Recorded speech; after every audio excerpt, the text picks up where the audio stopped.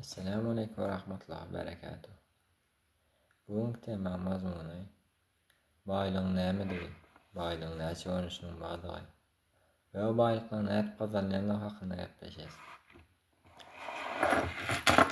Ebu Hureyre'den rivayet edilmegine görä Peygamberimiz aleyhisselam Muhammed aleyhisselam şeýle diýipdir.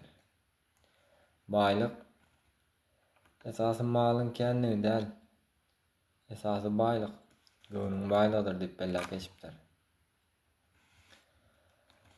Her bir musulman imanly, dogry ýoldan ýürüýän, halal gazançly bolmalydyr. Mal esasy köplügi bilen däl, oň näçe gazanýanlygy değişli bide. Baýlygyň iki görnüşi bar. Halal görnüşi we haram görnüşi. Yamanlyga aýdyp oturjak däl, onda da bir ýatladyk geçeň. Haram ýollardan gazanýan pullar hökmen başgalaryny dargadýar, başgalaryny da dawa jenjel bolýar we öz jan saglygyny, jagalaryny kesellige kelýär.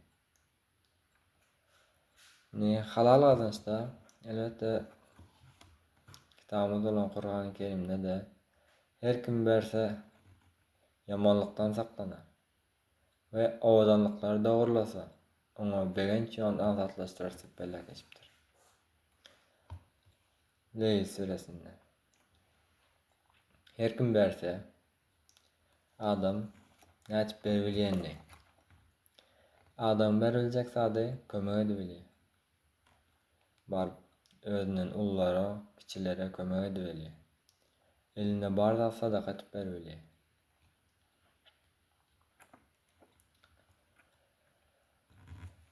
Şeýdip eger günne adam birine ýaşlyk etse, bugün birine etse, erti ikisine etse, indi gün üçüsine etse, köp zatlar kämir kyn adamlar. Gidýän agyr ýükü bolsa daşaşýan, bitmän duran işi bolsa bitirşän, kömek edýän.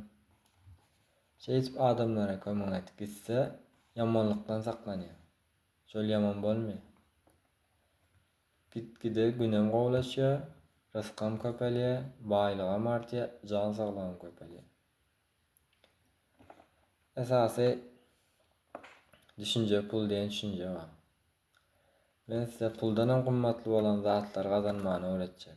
Saglyk bar, iman bar, sevgi bar, dostluk bar. Şolary näçe gazanmalydygyny öwretjek. İman kazanmaň iň gowy ýoly zikretmek. Siz oň üçin giden zatlary ýatlap oturmak gerek däl. Ýa-da kyn sureler öwrenmegem gerek däl. İslamiyetde esasa sözün serli, yüreğindäki ynamyň serli. Diňe dilden çykan bilen bitip durmaýar. Yüreğinden çyksa kabullanmaly.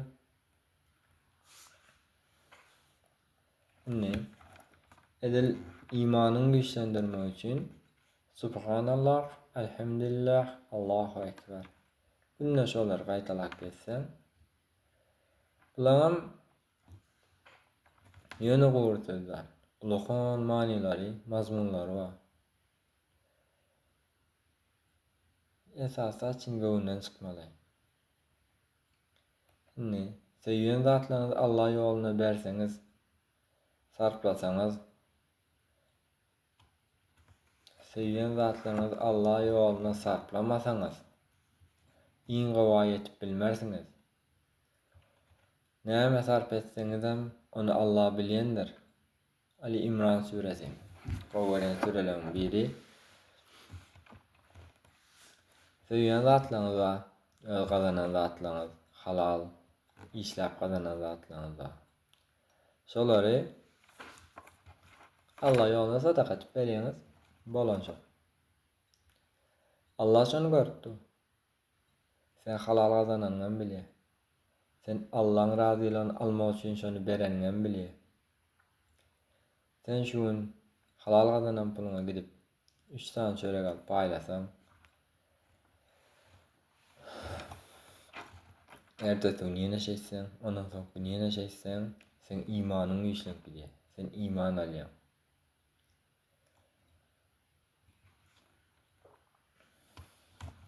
Biz esasy İslam ýolunda biri bilen ýaşmaly. Näçe ýaşmaly. Ol has köp zat bilýän ekeni men ondan galdym diýmeli däl. Sen bilýärliginden peýdalanmaly. Sen şu wagt içeli bir söz ýatlanmasaň, Allahu ekber, ýa ikisini ýatlanmasaň, subhanallah, elhamdülillah. Sen şolary köpräk zikretmeli. Sen şolardan peýdalanmaly. Şolaň berjek sowaplarym beýlek sürelenki alyp güýçlidir. Bir-birine kömek etip ýaşmaly. Bolmasa eliňe listlen ruçka al. Bugün eden işini kime kömek eden olsan şonu ýazýan. Erti olsan özüňden gowy bolýan. Erti iki adama kömek edýän. Bugün bir söz ýatlanmasaň, erti iki söz ýatlýan. Şeýtip adam imanyny güçlendirýär. Gelin şuňky gepleşigimizi, şuňky siz bilen tanyşlygymyzy, siz bilen dostlygymyzy owur doga bilen, dile bilen tamamlaýyn. La ilahe illa huvel hayyul qayyum. La ta'khudhuhu sinatun wa la nawm. Lahu ma fis samawati wa ma fil ard. Man dhal ladhi yaqulu inni khayyul bidnih. يعلم ما بين أيديهم وما خلفهم ولا يحيطون بشيء من علمه إلا بما شاء وسع السماوات والأرض ولا يؤوده حفظهما وهو العلي العظيم. Ayet-el Kürsi ýatla ýaman köplerde gowy netijeler alyp çykýar. Namazdan okasaňa göni jennetlen araňyň ölüm galenler. Adam täretinde soňasaň awran 70 saat ýanlar. Öýden gitip barýakan okasaň, öýüň içine okasaň, öýüň perişteler gelinçe gorap durýar. Özüň içine okasaň, sen ta ýola çykyp gidip aýlanyp ýygyna dolanyp gelinçe Allah perişteler ýanyňda bolýar.